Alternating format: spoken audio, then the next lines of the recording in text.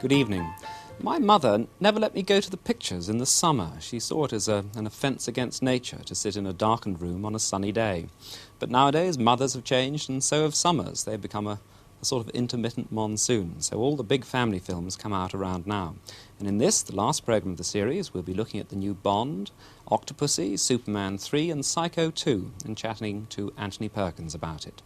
To begin with, the third of George Lucas's Star Wars films, which has already opened, The Return of the Jedi. Unlike Sting 2, which I reviewed last week, this does contain all the old familiar faces in all the old familiar roles. Harrison Ford is the Buccaneer pilot, Han Solo. Carrie Fisher plays the prim but sometimes lethal Princess Leia. And Mark Hamill is Luke Skywalker, the last of the Jedi, those space-age knights with a medieval sense of honour.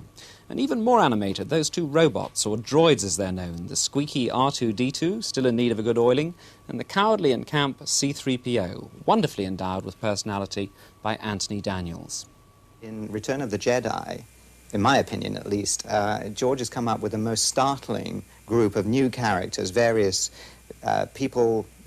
things that you've never met before.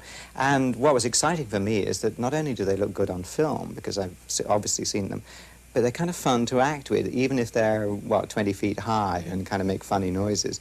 It is like working with the real thing, because they do exist, actually, in the studio. Some of the shots in Jedi might take a week or so, maybe some of them even longer in the works. Not that we'd be working on it every moment for a week or so, but by the time you're through shooting it, you may have spent weeks or on and off for even a couple of months on something.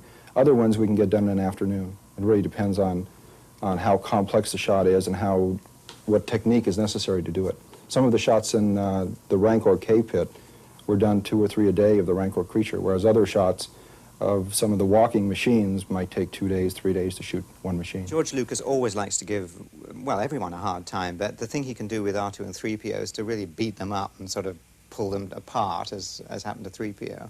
And so they, again, have a pretty rough ride in this one. And, of course, 3PO hates the whole thing because, again, he's just not comfortable. The environments they go to are either sandy or there's stuff on the floor and it's cold or it's raining. Or he has a very bad time. And, again, of course, they're up against some really mean characters. R2-D2 and C-3PO then enter a cavernous underworld, peopled by creatures more exotic and bizarre than Alice ever encountered in her Wonderland. They're looking for Han Solo, who's been turned into a wall ornament by the most menacing creature yet in a Star Wars film, Jabba the Hutt. Jabba has the lugubrious face of Frank Cannon, the detective, but the body of a melted chocolate ice cream and weighs about 200 stone. He sits there being generally nasty to everybody, occasionally guzzling live frogs. A hint here for those of us on diets: stay off the live frogs. The rest of Jabba's chums, so weird that they're creations beyond the realms of hallucination, a great triumph here for designers Phil Tippett and Stuart Freeborn, soon have the famous three in captivity, and their outlook seems bleak. "How are we doing?" asks Han. "Same as always," replies Luke. "Oh," says Han, "that bad?" Actually, quite a lot of the action takes place on Earth, among the giant redwood trees of North California. When they go down in these woods, the famous three are in for a big surprise. They're largely populated by chattering teddy bears. Fortunately, they prove friendly.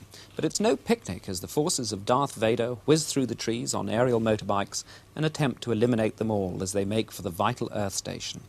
It's all splendid action, maintaining the technical wizardry of Star Wars, nobody minding the geometry or the geography of any battle scene in which people pop up in every direction.